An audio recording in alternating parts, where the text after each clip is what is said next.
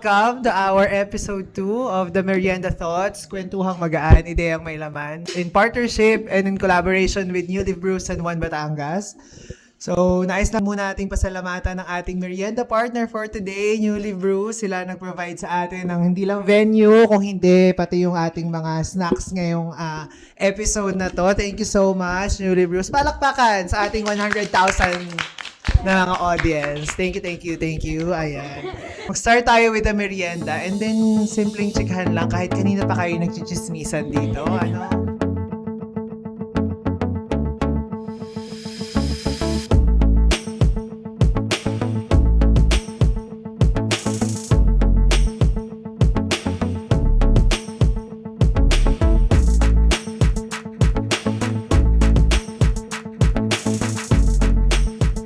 Konting tanungan lang din tayo. As a beacon, kayo ba ay crammer o pinaplan nyo lahat ng inyong mga gagawin?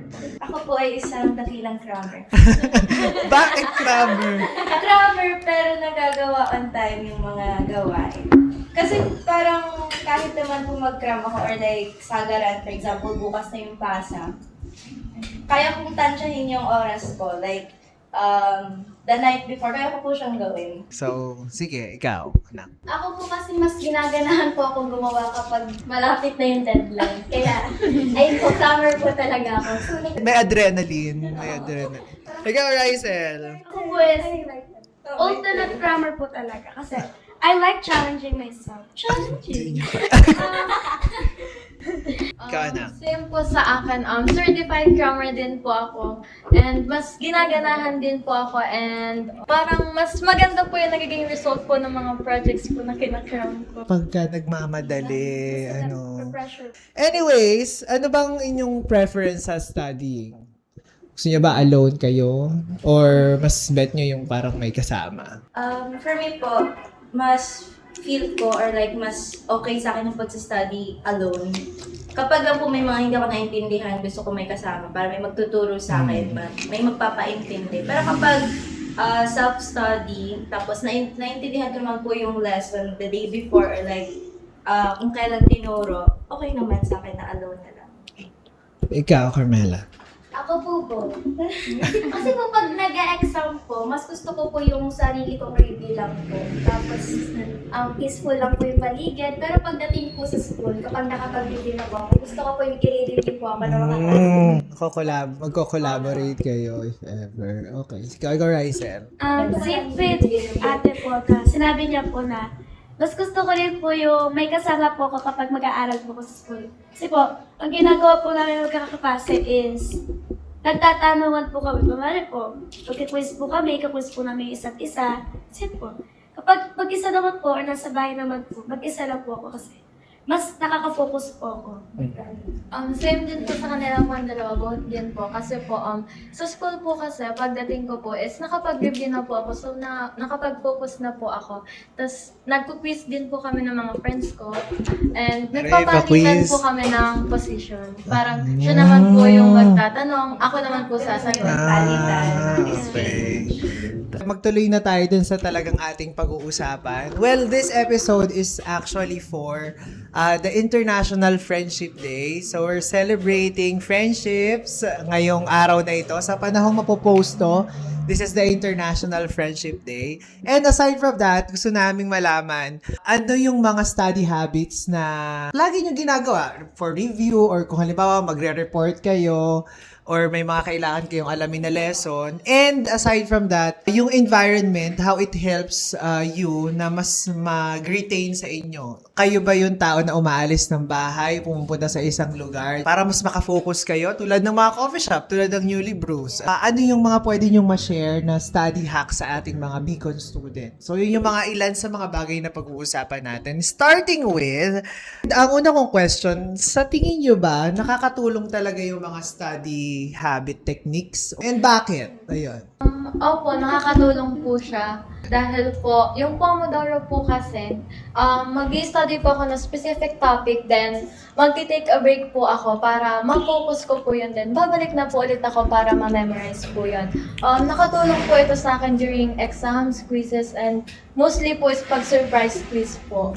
Bago tayo mag-proceed dun sa ibang sharing, sa mga viewers natin na hindi nakaka-alam or hindi aware regarding sa Pomodoro, ano ba yung Pomodoro technique? Yung Pomodoro technique po is, magbabasa ka po ng isa pong topic, then after po nun, magti-take a break ka po, and then after po nun, i-recall mo po lahat ng mga natutunan mo din. Iti-take note mo po yun sa isa pong notebook or sa something po na pwede mong sulatan. Ako po, sobrang po talaga nakakatulong, especially po pag may mga exams at saka quiz. Ang ginagamit ko po kasing app, yung Gizmo app po. Sobrang helpful niya po. Like, i-send ko lang po yung file, tapos gagawa na po siya ng quiz na ulit-ulit po para po matandaan. Ano siya? Web-based or may application talaga sa phone? May rankings din po doon ng mga Okay. So, paano yung file? Paano yung file? PDF or... kahit ano. Po, image. Pwede po pong Yan na. picturean po yung, well po, may notes na Yes, po. no. Pwede rin photo. Opo. Opo. Audio recording. Interesting. Parang recording. Ano yun po, pwede rin po siya maging flashcards. Tapos, meron pong 3 hearts na binigay po na 3 hearts. Tapos, kapag po namali ka po ng sagot, -1 po ng -1. Ala, ang galing. Kasi, oo nga. Tsaka, may mga ganun na palang tool, no? Kasi dati, outlining lang talaga sa mnemonics.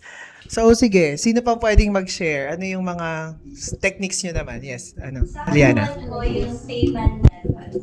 Ano naman yung Feynman Ang method? Feynman naman po, yun po yung technique na, for example po, may isang topic sa isang subject. Then, i-discuss mo po siya sa sarili mo. Like, ikaw yung magdi-discuss sa sarili mo kung anong naintindihan mo. Tapos, after nun po, tsaka mo titingnan yung mga notes mo kung tama ba, kung accurate ba. And para sa akin, naging helpful po yun, lalo na sa mga exams and sa memorizations. Like sa mga, di ba po sa exams, may enumeration type. Sobrang helpful po nun kasi dinidiscuss ko yung sarili ko. Hindi ko lang siya memorize, kundi in-understand ko din siya. Okay. So, interesting. Sige, Rysel, ano naman yung sayo? Same with po, Sky Ate. Gumagamit din po ang Gizmo, yung application niya po. Kasi po, yung katulad na po yung nabanggit po is may rankings po siya pagdating dun sa beacons po. So, basta motivate po ko sa pag-aaral.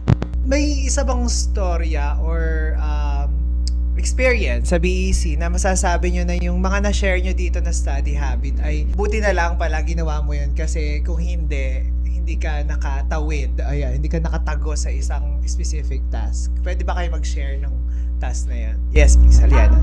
Nung last week lang, sa subject ko namin na life and career skills, may isang part pa na po akong hindi na-review. Last minute ko kung pinasa, like isang basahan ko lang po. And sakto po dun po sa quiz ay may enumeration. So parang nung pinasa ko po ng isa, tapos diniscuss sa sarili ko na okay, ganito ganito kapasa, ganito yung intindi ko, gano'n. And okay naman po, one mistake lang. So, pero hindi po dun sa area na yun, sa multiple choice. Okay, nice. Sige, sino? Carmela. Ako po nung recently lang sa basic accounting po namin. Ang dami po kasing terms doon, yung identify niyo po kung asset, liabilities, at ang dami pong terms. So, ang ginawa ko po, inano ko po siya dun sa Gizmo nga po, tapos i-identify ko na lang po kung asset, liabilities, para rin po. And then, kapag mali po, inuulit po para po matandaan ko po talaga. Tapos, so far naman po, pasado naman po dun sa case. Yes, please, Rysel. Para kung, excuse me po. Last exam po, recently lang po, gumamit din po ko ng Gizmo po sa advanced science po sa subject namin. Kasi po, ang dami po talaga sa uluhin, like, nakakaloa po. I'm sorry. Sakit sa ulo. Tapos po, yun nga po, i-upload ko lang po siya, tapos yun. Nag-take ako na nag-take ng quiz. Same din po sa advanced science din po, yung monthly exam po. Ginamit ko po is yung Pomodoro technique. after po nun, bago po ako gumamit nun is, nakapag-review na po ako. And ang dami pong basahin, ang dami pong mga nakalagay sa reviewer. Nag-stop po muna ako, nag-take a break po muna ako para ma-recall ko po siya isa-isa. Nice. So, malaking tulong talaga yung mga study technique na na-share ninyo. And mga ilang taon nyo nang ginagamit itong mga techniques na to? Ako po, recently ko lang po na-discover yung Gizmo. Sa TikTok ko lang po nakikita. Nung grade 9 po ako. Malaking bagay din yung mga TikTok pagka mga ganito, Pero dati, ano yung ginagamit mo? Nung Feynman technique lang po, in-explain ko lang po sa sarili ko kung ano po yung mga natandaan ko. Kayo, kailan nyo pa ginagamit? Recently lang din po, nag-scroll po ako sa TikTok din. Nalaman ko po yung Pomodoro technique. Kasi po, ang ginagamit ko po nun is Feynman din po. Yung dinidiscuss ko lang din po sa sarili ko. Ikaw, Reza.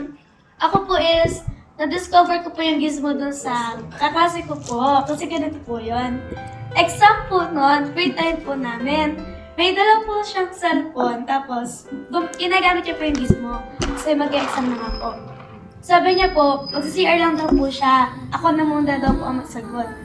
Meron pa po mga 20 hearts pa po yun. Pagbalik niya po, galing CR, 1 heart na lang po.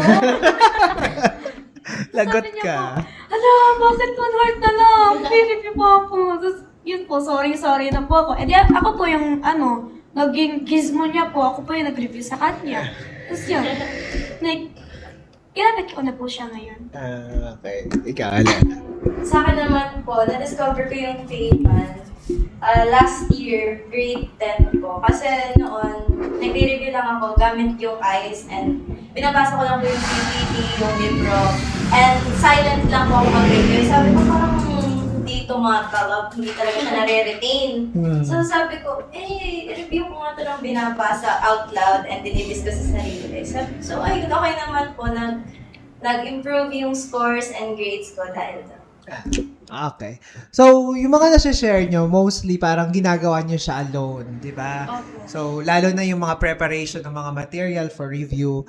Pero, gusto ko lang din kayo tanongin, paano nakaka-apekto ang environment sa inyong pagre-review? Meron ba kayong masasite na mga dilemma? Ako po is yung pag po maingay po yung nasa surroundings ko, nahihirapan po ako mag-focus.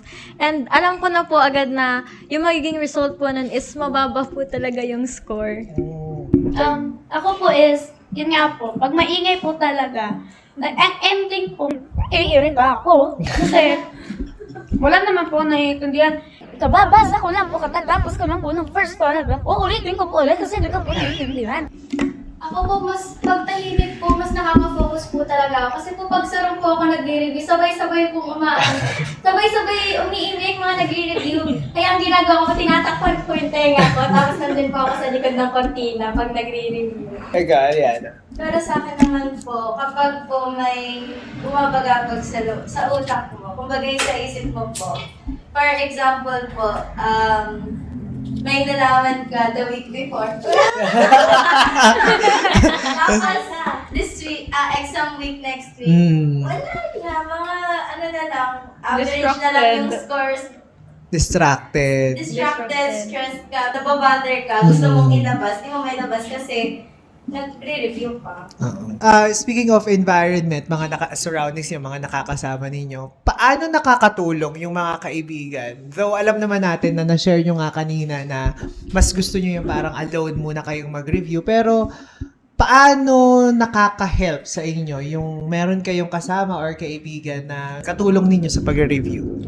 Ako po kasi, hindi po ako yung type po na student na nagre-review po. Kasi po, mahilig din po ako mahilig din po kasi ako maglaro. You know naman po. Sa school po, pagdating ko po sa school, ay, yung mga klase ko po, nagre-review sila. Tapos ako po, nakaganto lang ako, nakikita ko sila. Tapos yung iba po, sabi nila, tapos naririnig ko po. And then, after po nun, kumuha na rin po ako na reviewer. Tapos, nag-review na rin po ako. Nai-influence Akin ka. po is, kapag po nakikita ko yung mga kaklase ko na nagre-review po, ako po kasi may times po na ayaw ko talaga mag-review. Tapos, makikita ko na lang po pagpasok ko, ang dami po nagre-review, parang ang tapos basta na hindi. So, edi magre-review na rin po ako kasi yun nga po, nai-influence po ako na baka nga po mahirap. Kaya po, nagpe-prepare na rin po. Ito pala ang ating mga stock knowledge queens. Queen things. Yes, Carmela. Ako po naniniwala po ako dun sa saying na you are who you surround yourself with. Ay. Kapag mga good influence yung kasama mo, nai-influensyahan ka po talaga. Kapag nakikita ko po yung mga kaibigan ko na todo review, doon po ako mas ginaganahan mag-review. Kasi po kami pong magkakaibigan po, nagsesendan po kami ng notes sa isa't isa para po lahat po papasa. Yes. Sa akin naman po, malaking help po yung friends natin sa pag-review. Kasi po, for example, may na-miss out ka sa nireview mo and kinwiz ka nila, matuturo nila sa'yo last minute and makakatulong siya sa exam. Kasi at least alam mo na, di ba, na balikan mo bigla. Ale, yung lesson. Yung lesson. Dinawin natin. Na-try nyo na ba na makapag-aral sa isang coffee shop? Or may moment na ba na kailangan nyo mag-meeting for a certain task or a project tapos sa isang coffee shop or dito sa Newly Bruce? Have you ever been into that situation? Yes po, we have been to certain coffee shop like Newly Bruce na nagkaroon po kami ng study session. And for me po, yung this type of cafe like Neolips po, nakakatulong po siya sa study sessions po namin kasi yung ambience po, tapos yung scent ng coffee para sa akin po ay nakaka-calm ng nerves po at nakakapag-focus ng much better. Ikaw? Yes po. Kasi po, kapag po nag-aaral po ko sa isang cafe na nag-try po ako, parang, sige, isang page na lang, bibili ka na ng ganito, ng ganyan. Makakakain ka na. Ginaganon ko po yung sarili ko para po, parang papilit ko po yung sarili ko na mas bilisan po para makakain ako. May delayed gratification pala nangyayari dito. Or baka naman may ma-share kayo dun sa parang usapan nyo, mag-aaral kayo or gagawa ng ganitong task. Pero ending, may gano'n na ba kayong moment? Dito po, sa Neolips Burst po, sabi ko po sa sarili ko, ay, magre-review pa lang. Tapos gusto ko po is sa cafe para po, kakain po ako. Ending po nun, naamoy ko pa lang po yung cellphone ng coffee. Nalimutan ko na po mag-review. Tapos ending po, kumain na lang po ako ng kumain. Okay.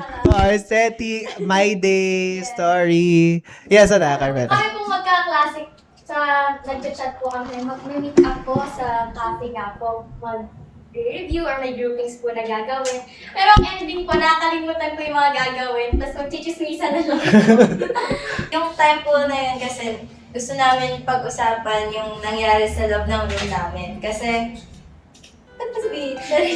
kumbaga parang kami po yung nasa, I-blip na lang natin kung hindi pwede.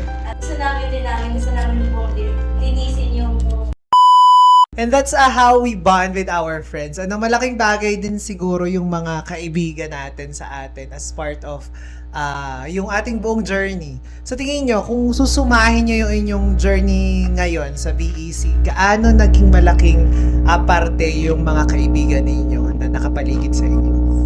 Sobrang laki. Kasi po, wala po sila. Hindi ko makamotivate. Hindi ko may influence. Kasi po, minsan po sa room natin, kapag po merong naka-perfect, naka-highest, i-cheer po talaga namin. Kaya po, basta po motivate po kami. Nakakatulong po sila makapag-motivate sa akin na mag-aral. Same po with Bam, kasi po magkaklase po kami. And kapag po may nakaka-perfect or highest, tuwang-tuwa po kami sa isa't isa. Ang kaklap po kami as in. Tapos, tinutulungan po namin ang bawat isa. Like, gagawa po kami ng sarili-sariling reviewer and magtutulungan po. It is an amazing journey because I've met new friends and I've reunited with an old friend, tulad po ni Bella. Kasi po, since kinder pa lang, friends na kami. Yun, sobrang saya ko lang po kasi sobrang rare po magkaroon ng kaibigan sa buhay natin. Yung tunay po talaga. Yung tunay po talaga at makakasama mo sa thins and sa pics ng buhay mo. Nakatulong rin po siya sa confidence ko kasi lagi niyo po akong inaangat. Paano navigate? If you wanna run away with me, I know a galaxy and I can take you for a ride. Ganun po, positive way po and positive environment po yung environment ko. Ikaw, Mela. Yung mga friends ko po, like kaya po nga po niya, na tinutulungan po nila akong i-balance po yung life na maging fun at saka po yung academics po. Tapos, tinulungan din po nila akong lumabas sa comfort zone po. Then po dati po talaga, sobrang mahihain ko po nung LM, di ba? Sobrang mahihain po talaga ako, like sasagot lang po ako pag tinawag na ako. Pero ngayon po, parang nabawasan naman. Sobrang confident din ako ngayon. Dahil po yun sa kanya. Okay. Give all the credit ko. Malaking bagay yung mga kaibigan natin, as part of our studying journey kasi hindi naman siya ganun kadali. May mga pagkakataon na talagang binibigyan tayo ng mga deadlines na sabay-sabay, mga activities na sabay-sabay, bukod pa yung mga personal nating pinagdadaanan. Gusto ko lang itanong din, paano nyo nababalanse yung academics, yung mga personal ninyong struggles, or yung mga sinasalihan nyo pang mga activities sa school? Ano yung isang bagay na ginagawa nyo? Ako po, naglalaan po ako ng oras para sa sarili ko. Parang break time sa buhay ko, sa everyday life ko. Like, kasi po, di ba, Monday to Friday, school. After nun, uuwi, mag-aalaga ng kapatid. Kapag po gising, pag po naman tulog, magagawa po ng ibang bagay sa bahay. And through weekends naman po, I have a part-time job. But it's, hindi naman po siya required sa akin. Kumbaga, gusto ko lang din po ng experience. And, ayun po, namamanage ko po siya through time management. Like, sa umaga po, may gantong oras lang ang ilalaan ko sa akad, sa cellphone, sa pamilya, sa kaibigan, ganun po.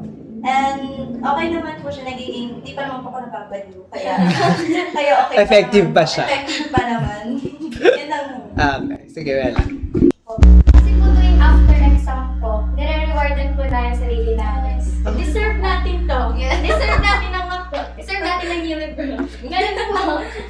Ganun po. Okay, may reward system naman pala after Parang hardship. Oo. Deserve natin to. Okay. Okay, sige. Nak. Hindi naman po ako yung type po ng person na busy po lagi. So, madami po akong free time. So, nami-maintain ko pa rin po yung paggagawa po ng ganito, ganyan. And last week po ata is, nagkasabay-sabay na po lahat. Eh di parang nataranta na po ako. So, naisip ko po na, ay sige, ito muna tapusin ko since ito na yung ipapasa kaagad. Pina-prioritize natin ano ba yung mas kailangan. Okay, sige. Last. Ako naman po, yun nga po, after exam, biglaan po mag-aayan. Bebeo. Eh di po, ubos na naman po ang bulsa ko.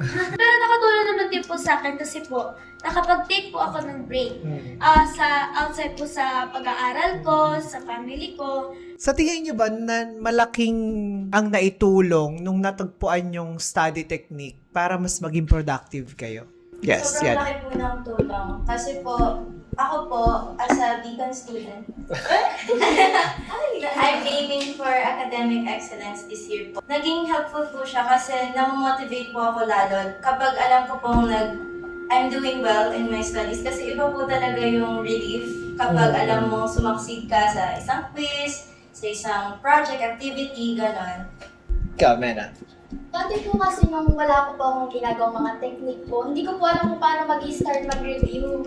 Ngayon po may mga gizmo up na nga po, mga technique.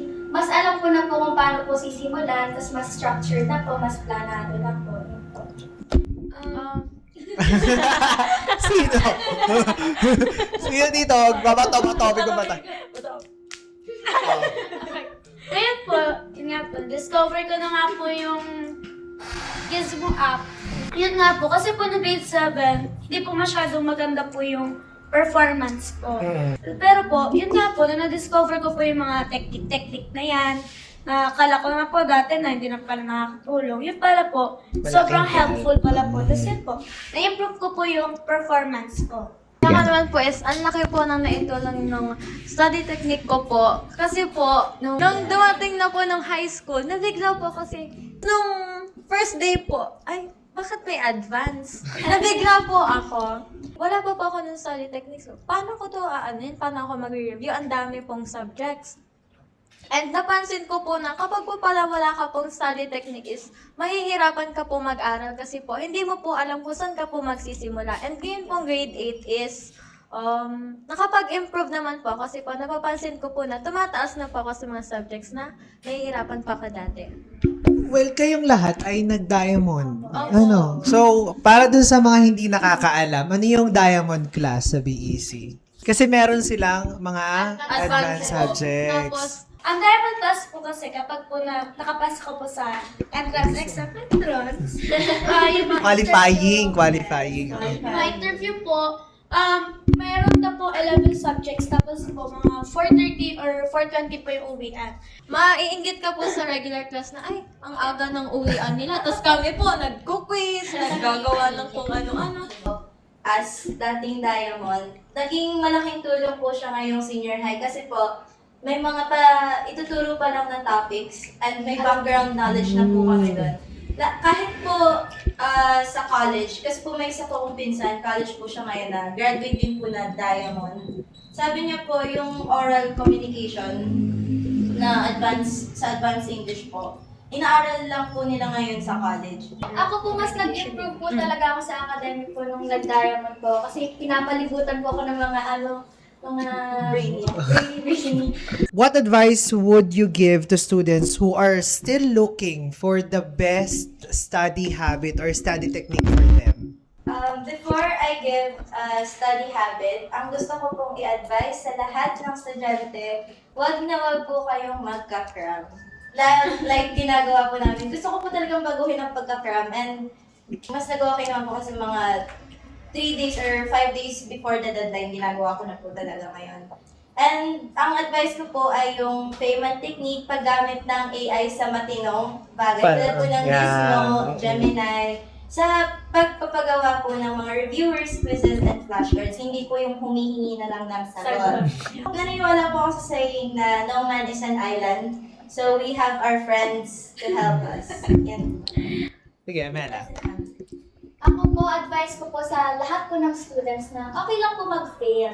Pero make that po as a motivation po to improve. Yes. And advice ko rin po na...